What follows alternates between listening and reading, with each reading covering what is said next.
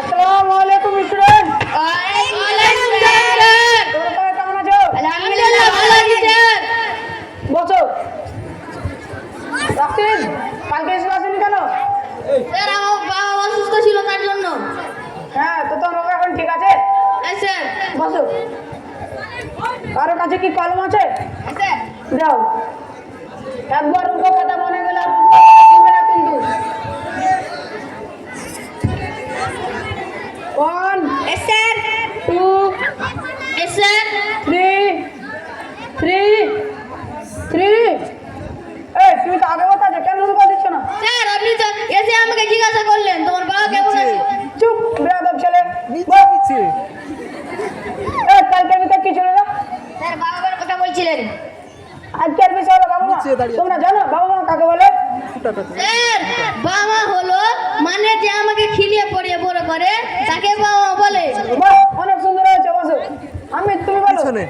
বাবা মানে যে নতুন নতুন জামা কাপড় মোবাইল টাকা পয়সা দিলে তাকে বাবা মা বলে। বাহ, অনেক সুন্দর হয়েছে, বসো। বাবা মা মানে যে ছোট থেকে বড় হওয়া পর্যন্ত লালন পালন করে তাকে বাবা মা বলে। বাহ, অনেক সুন্দর হয়েছে, বসো। বাবা মার সঙ্গে তোমরা তো সহজ ভাষা দিলে, খিলানো, লালন পালন করে বিয়ে দেওয়া, বাইক, মোবাইল কিনে দেওয়া ইত্যাদি ইত্যাদি। এত সহজ ভাষা মা বাবার পরিভাষা দিলে মনে হচ্ছে বাবা মার একটু কমে মনে। শুনো বাবারা মাঝে পেট গরম করে 9 মাস 10 দিন গর্ভে প্রতি মুহূর্ত প্রতিটা উঠতে বসতে মা তার প্রাণের চেয়েও সন্তানের খেয়াল রাখে আর প্রতি মুহূর্তে ভাবে পুষ্টিকর খাবার খিলায়। মায়ের এক ফোঁটা দুধের ঋণ শোধ হবে না কোনোদিন। মা যা জিনিস যে প্রতি মুহূর্ত কেউ বিছানায় পায়খানা প্রস্রাব করে দেয়, খেতে বসে সুখ শান্তি নেই, পায়খানা প্রস্রাব করে দেয়, তবু মা সে শব্দ বের করে না। খাদ্য পুঁতে নিয়ে বুকা থেকে নিয়ে সন্তানদের খাওয়ায়। তোমরা জানো বিভিন্ন সমস্ত সম্পদ একদিকে এবং একদিকে বাবা মা, বাবা মার বিন্দু পরিমাণ অপর সমান হবে না। আমাদের প্রিয় নবীজি বলেছেন আর জান্নাত তাহাতা আকাদমুল ইন্নাহাত, অর্থ বেস্ট মাতা পিতার পদতলে। স্যার কিন্তু আমাদের সমাজে বাবা মাকে অনেকেই সম্মান দেন না, সেবা করে না। স্যার অনেকে বিয়ের পর পিতা মাতাকে ছেড়ে আলাদা হয়ে যাচ্ছে আর তারি দিয়ে ঘুরে দেখছে না। স্যার এরকম কেন হচ্ছে? তোমাদের প্রশ্ন যেমন গুরুত্বপূর্ণ তেমন আমার উত্তর আমি তোমাদেরকে নিজে চোখে চোখে দেখাতে চাই। এমন কি ব্যাপার হয়েছে সমাজে যার পদতলে জান্নাত, যার এক ফোঁটা দুধের ঋণ শোধ হবে না কোনোদিন, যার এক ফোঁটা বিন্দু পরিমাণ হকের সমান। চলো সেই সমস্ত ঘটনা আমি তোমাদেরকে গ্রামে নিয়ে নিজের চোখে চোখে দেখাতে চাই। তোমরা সবাই চলো। চলেন স্যার।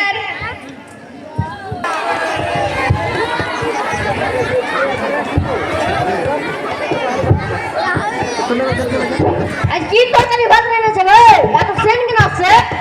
তোমরা জানো যে আর মাছ কি তরকারি এনে খুব সেন আছে। মা মা মাগে আপরে বেটি বইনি কোনটা গেছিস? কিরে মার বাচ্চা মরা কেনা ও করছিস? মা আজ কি তরকারি ভাত এনেছি রে? মুরগার গোসলি বেটা। কি মজা মুরগা বসে ভাত খাবো। আরে চুপ মরা, মুখে মুখে চুপ মরা। রসি দেখবি জানতে পারলে চাইবি জানাবি আমার গোসলে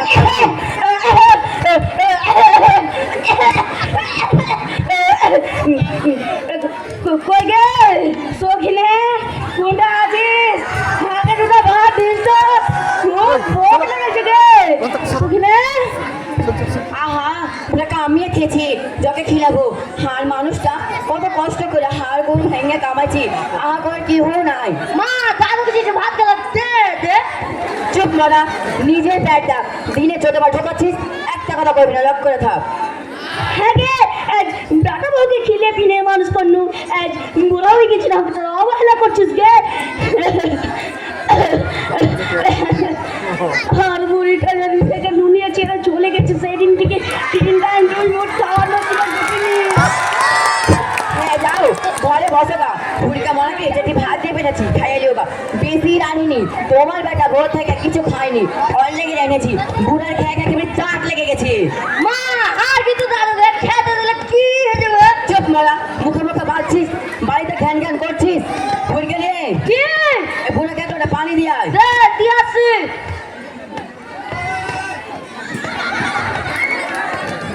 ये पूरा मोटा तो हमारा जान खाने लेकिन মাগে দাদু মরে গেছে গে এ দুনিয়া নাই গে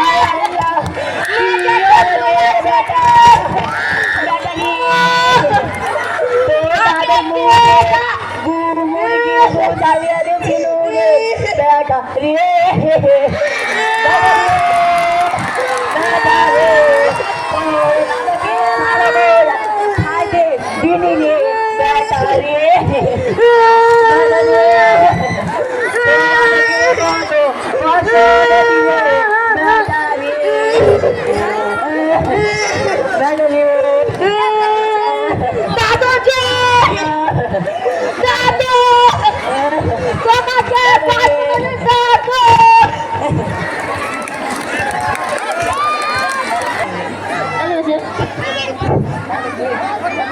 এবে কালকে খেলা খেল বেশি সুন্দর মজা আটা আমি খেলতে নাকি বে মনে আছে আগে তো দেখলে আজকে মজা আটা কিনে এলো তারপর বাকি এর কথা ছাড়তে যে তুই মজা আটা না বড়টি 10 দিনের উঠি হয়ে যাবে কাচুক চামকা চুরি মুখা এন্দ্র মুখা চুরি মুখা দেখতে ঘৃণা লাগছে এন্দ্র মুখাকে তুই এটা ছিল মন ভরা লবে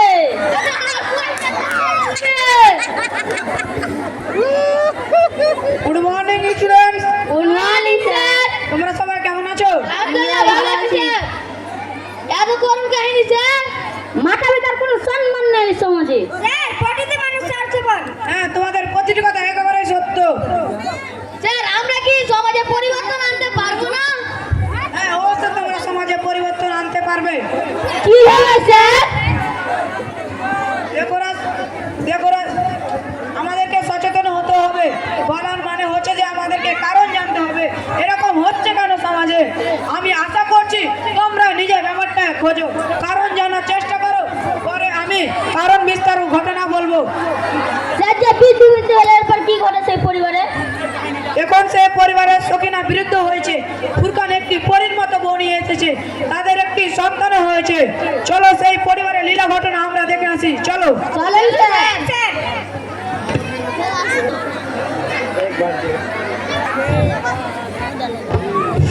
হে আল্লাহ আমার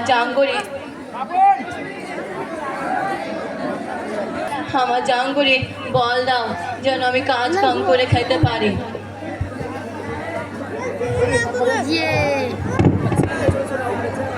কি আছে কে দাদি তুই ঠিক আছিস তো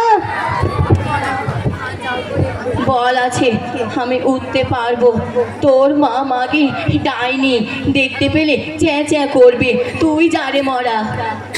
আচ্ছা তুই যে খারাপ করবি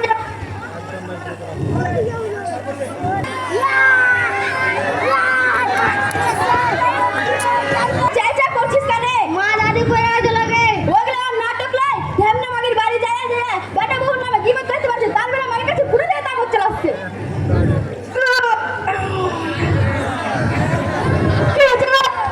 তোরে দিন আগে তোর কেরা চলে রে আব্বা দাদি পড়ে গেছিল ঠিক আছে তো ঠিক থাকবো না? আল্লাহ আমার শরীর লোহা তামা দিয়ে বানাচ্ছে। আর মানুষটা যেদিন থেকে দুনিয়া ছেড়ে গেছে, আর নসিবে একটু ফল একটা গোস মাছ নসিবে জুটেনি। বুড়ি বয়সে হাত জ্বালিয়ে এনে খেতে হয়েছে।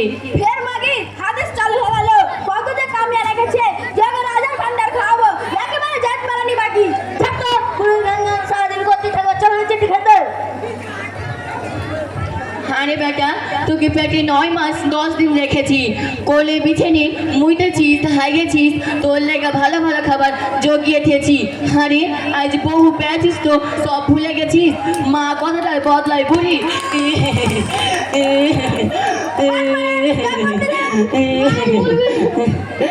মা বলে কিছু বলে বাড়ি থেকে যে দাদি গে দাদি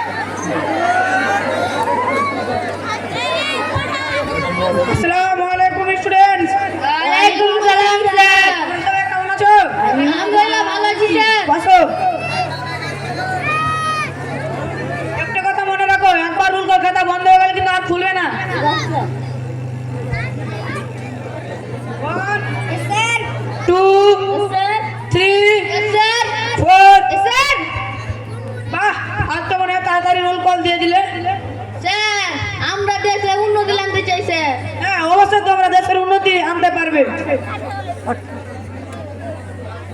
কি শিখলে ছেলেরা? অনেক কিছু শিখলাম স্যার, কিন্তু এত নোংরামি ছিছি।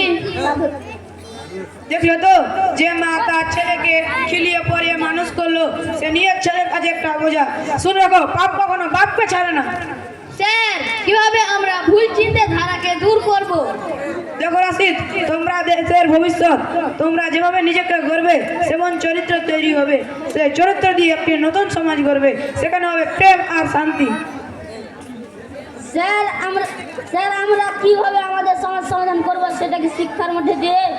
হ্যাঁ অবশ্যই শিক্ষার মধ্যে দিয়ে, কিন্তু একটি কথা মনে রাখবে, শুধু শিক্ষিত হলে তা নয়। কারণ অনেক মানুষের শিক্ষিত ডিগ্রি আছে, কিন্তু তাদের রিমান নেই সৎ ব্যবহার। তারা মাতা পিতার সাথে নোংরা ব্যবহার করে।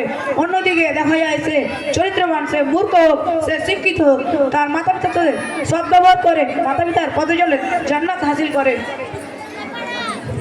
স্যার, আমরা যে পরিবারকে দেখলাম সকিনার বিয়ে চলেছিল, ফুরকান কিন্তু ফুরকান তার মা বাবাকে আলাদা করে দিল। কি দুঃখের ঘটনা স্যার। হ্যাঁ, একটাই দেখবার জন্য সমাজের পরীক্ষা নিরীক্ষা করলাম, কি কারণে এমনটা ঘটলো বা ঘটছে। যে ছেলে মেয়ে তার মামার কাছে ছোট থাকতে প্রিয় এবং বড় হওয়া বয়সে মাত্রই পর হয়ে যায়। কি কারণে স্যার? আমরা কারণ জানতে চাই। শুনো ব্যাপারটা মন দিয়ে। বৃদ্ধা হাফিজ আলী পরিবার যেখানে ছিল, তার এক ছেলে, বউ এবং পোতা। বেশ কিছুদিন আগে হাফিজ আলীর স্ত্রী মৃত্যু হয়। বেশ যন্ত্রের সাথে তার ছেলেকে লালন পালন করে লেখাপড়া শিখিয়ে কিছুদিন পরে সকিনা তার ছেলেকে পিতাকে একসাথে রাখতে অসম্মত হলো, তাদেরকে আলাদা করে দিল। এবার সকিনা শুরু হলো সুখের জীবনযাপন। তার একটি সন্তান ছিল, যার নাম ছিল ফুরকান। তখন সেই ফুরকানের বয়স ছিল মাত্র 10 বছর। কিন্তু সেই ফুরকান তার বাবা মার আচার আচরণ, তার কালিক অটোমেটিক তার মগজের সাথে সেট হতে থাকে। ফুরকান সেই পরিবারে সেম ঘটনা ঘটালো, তার মাতা পিতার সাথে একই ব্যবহার করলো। কারণ তার ছোটকালে তার মা বাবার কৃতকালিক আচার আচরণ তার মাইন্ডের সাথে সেট হয়ে গেছে। তাই জন্য তার মা বাবার জ্বালা জমেরা কষ্ট নিষ্ঠু তার মাইন্ডে একটু সারা দিচ্ছে না। তোমরা জানো, একজন মেকারের ছেলে দ্রুত মেকার হয়ে যায়, একজন ট্রাক্টর ড্রাইভার তাড়াতাড়ি ট্রাক্টর ড্রাইভার হয়ে যায়, একজন ইঞ্জিনিয়ার তাড়াতাড়ি ইঞ্জিনিয়ার হয়ে যায়, একজন ডক্টরের তাড়াতাড়ি ডক্টর হয়ে যায়, একজন রাজমিস্ত্রি তাড়াতাড়ি রাজমিস্ত্রি হয়ে যায়। কেন? তার রক্তের কৃষ্ণ জমা তার মা বাবার সঙ্গে মিলেছে। অন্যদিকে দেখা যায় যে মা বাবা পিতা মাতা সে চরিত্রহীন কুস্বভাব, তার ছেলে হবে তার মতো কুস্বভাব। সমস্ত কথার এক কথা হলো, যেমন কর্ম তেমন ফল।